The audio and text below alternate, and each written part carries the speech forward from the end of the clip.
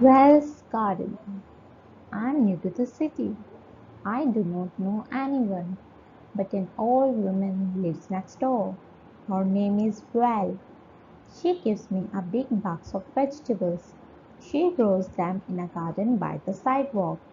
There are carrots, tomatoes, beans, and peas. They are the best vegetables I ever ate. Val lives alone too, but she seems happy in her garden. She loves plants.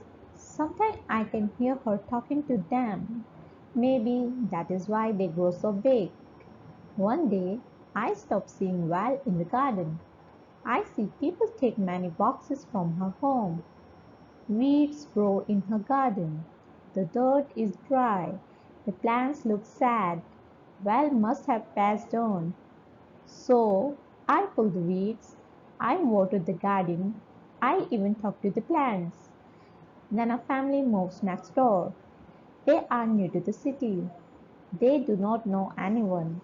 And I give them a big box of vegetables from Val's garden.